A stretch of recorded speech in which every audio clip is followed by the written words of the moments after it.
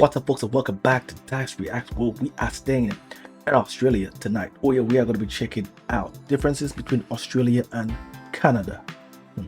It's going to be hella interesting. Brahma side checks one out. We ain't going to waste no more time. We're just going to get right into it, folks. We're going to get right into it. Oh yeah.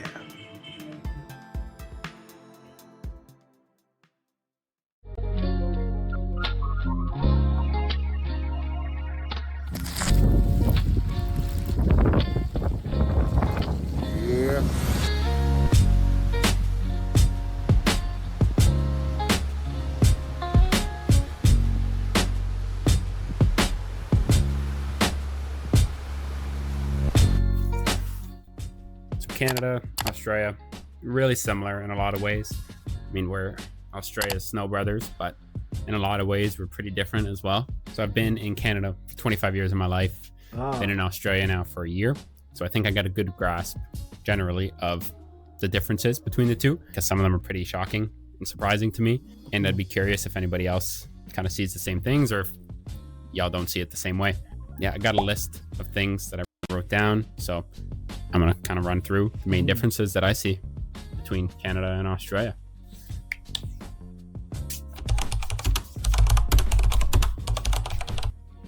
Oh yeah, that's first Australia. Up, the weather. Sure.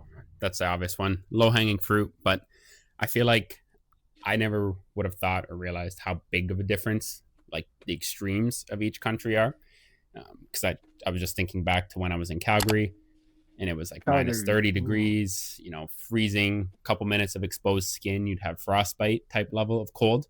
And then I've been in Cairns for 6 months, not now, but I was. And there by November, you know, summertime, 10, 15 minutes of exposed skin, I felt like I was just getting these unbelievable, not even burns. It was beyond that. It was like this just harsh rash on my skin.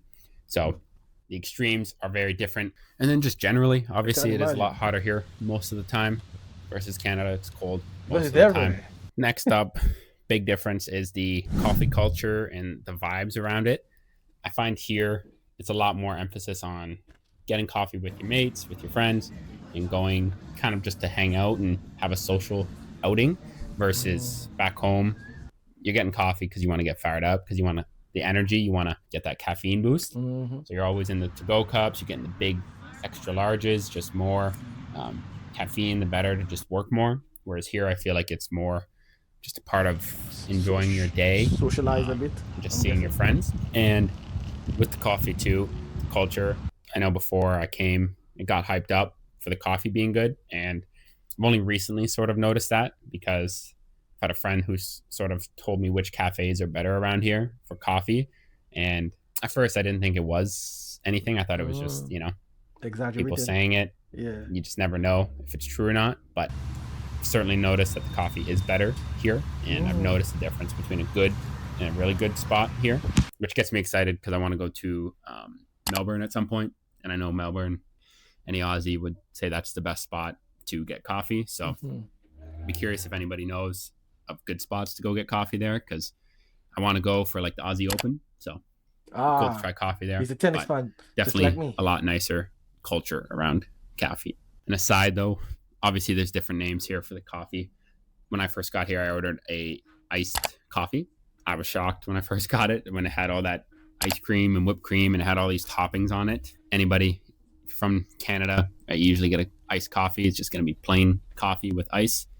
No, not here. It's got all the fixings. Yeah. So just an FYI. Next is the lack of tipping culture, or no tipping culture here versus Canada, where it's very heavy, very prominent, which is really annoying. I think there's a few restaurants here in Australia where you will tip if it's like really good sit down service.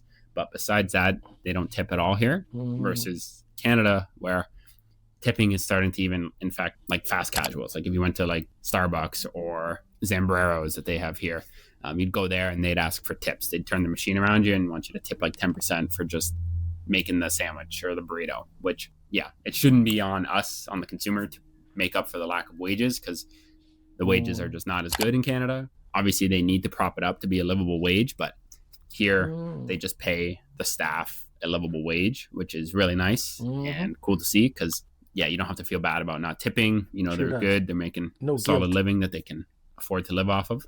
But yeah, big difference. And with that too, it's kind of similar with like in restaurants or anywhere in general, but price is what you get here. So what you see is what you get. When you see Mm. $20 at a restaurant, you're paying $20. There's no GST on top of that. There's no tax on top of that. There's no tipping on top of that. There's no extra hidden service fee. Because Canada, I find you always have to really look at a bill. You have to like read through what you're paying for because there's always these extra fees Mm. on top of what you saw at the counter. Yeah, he's making a good point. What you pay for is what you get. Basically, he's saying you get the value and there's no hidden fees. Many companies have a lot of hidden fees. I mean, if you don't have your thinking cap on, you're not gonna see it, you're gonna miss it. And you might even get in trouble in the beginning, especially if there's something contractual you have to do. I mean, if you're just buying goods, that's a different thing. But I can understand what he's saying there. That's a point I haven't heard anyone said thus far. Versus here, I haven't checked a bill. Like there hasn't been one discrepancy. It's if the menu says it's $20, it's $20. It's no nonsense, which I really appreciate. For food or just anything, any place you go to eat or buy stuff, what you see is what you get. There's no hidden fees. And yeah, it's really nice, and I really like that about being here in Australia. Yes. All right, the next thing, big thing that's super obvious whenever you go to places is the quality of public amenities here. I find it to be just head and shoulders above Canada. Besides, like, hockey rinks and stuff, we take care of our hockey rinks pretty well. But besides that, I find like just the showers and the amenities just out and about in the city are just so much better. You can just have such a nice day, go for a surf, play volleyball, hang out on the beach, shower off, go to a public barbecue station out there, have a picnic with your family, buy the nice parks that they have. It's just done up It's a well lot taken better. care of. And I feel like here, to have a nice days, you don't need to spend money to do it here because they just take care of their public facilities a lot better here. So yeah, I really do appreciate that. And I think it's something that's, when you go through the city, it's very obvious. It's pretty cool. All right, next, driving. Left side of the road, right side of the road. Big controversy. Yeah, I know. Which one's better? I still don't know. I think they're both fine, but left side in Australia, right side in Canada, and then just swap everything in the car. Yeah, I don't notice a difference now. It took me a week, and now it's pretty good. But I notice here a lot, they're very on top of road safety. Oh Like yeah. everybody here, there's like red light traffic cameras everywhere. Yes, Australia have a lot of things in place when it comes to traffic, road safety. I mean, I've watched some videos and it amazes me how much thought goes into traffic safety and gadgets that they have available. Road safety. Like everybody here, there's like red light traffic cameras everywhere trying to get you off your phone. So if you're on your phone at a red light, it's like a $1,200 fine, which, comparing that to Canada, no one, it's a lot more lackadaisical. No one cares as much. That's Yeah, I fine. really noticed it in Cairns too, because I fine. found, I got pulled over 3 times when I was in Cairns, and it was all while I was on a push bike. So they treat bikes very much the same as cars here. But even the ones that I got pulled over, it was, I was on my phone, I was on like a pedestrian path, and I wasn't even going more than like 2 or 3 kilometers an hour. And I get it. So it's like, I get why they do it, but it does go to like a bit much at times, but it's definitely a lot different than Canada. So the general trust and safety that Australians have of each other is pretty unique. I find in Canada, there used to be some of that, but I feel like it's gotten worse over the years. Whereas here, so every time I've gone to the beach and I'm like worried about hiding my stuff, my Aussie friends are like, dude, no, like just leave your stuff on the beach. Someone else Relax. said that same thing. Or I've gone to the gym a few times and I'm trying to like hide all my stuff in the cubbies and tuck it behind my bag and under my shoes. And they're like, dude, like, what are you doing? And then like, I'll see in the cubby, it's like everybody else just has like wallet and keys just hanging out, ready to be stolen, basically, right at the edge. And they just don't care. They trust people a lot more to not steal, which is really cool here. I noticed that a lot. And it is just safer feeling here. So I think that plays into it. There is just less tomfoolery and shenanigans going on generally. Yeah. So that's a big difference, because in Canada, I wouldn't do that. I would tuck my stuff away in the gym, beach, and any place I'm trying to hide stuff. Whereas here, it's a lot more nah, no one's gonna steal it. You're good. And of course, I ended off with a couple slang words, differences. One I just learned was bum bag that they call here. So we call it fanny pack back home. And I said that Yeah, to fanny pack. I was an Uber driver, and she said that I can't. Not that I can't say it, or I shouldn't say that because here no one says fanny pack, just because it's profanity here. And Okay. I found that kind of funny, just because I mean, like here they say "see you next Thursday" all the time. Definitely cuss a lot more, so that's a big difference. See you next Thursday. A lot more cussing. See you next Thursday. See you next Tuesday. Okay. Is that what I think it says? See you next Thursday. You know what I mean? I've never heard that saying. That's part of Australia culture? Didn't know that. I learned something. And it's profanity, basically. I'm not saying we don't cuss, but Okay. it's more prevalent here to just say, yeah, profanities here. So I found that funny. The bum bag, fanny pack. You got the flip flops versus thongs. I'm a flip flop guy.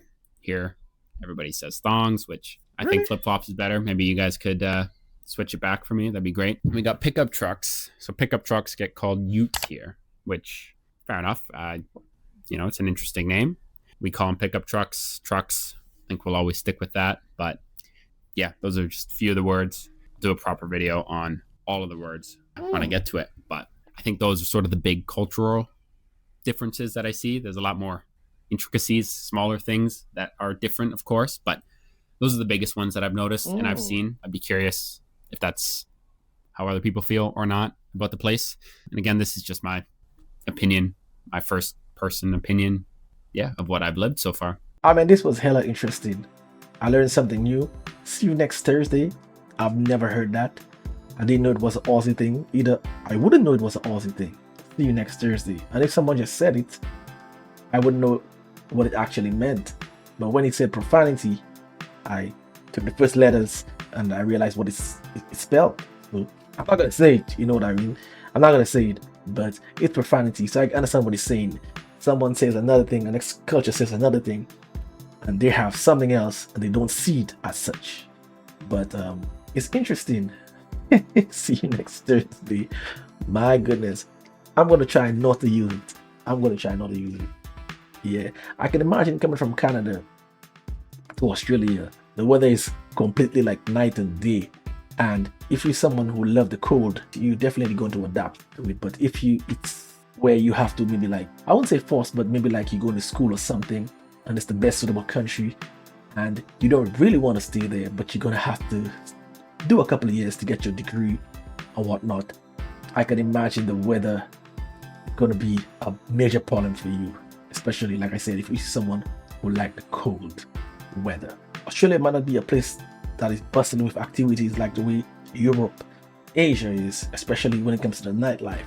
Yes, Australia, we know there is nightlife, but the nightlife I'm talking about is like a chaotic scene where there's so many people in one place. It's intimidating, it's exciting, because there's so many things going on. But if you're someone that really wants some solitude, some safetyness, you want to be grounded, raising a family and having that stability, and you don't want to be part of a chaotic setting all the time, chaotic culture all the time, Australia is the perfect place to be if you're looking for that.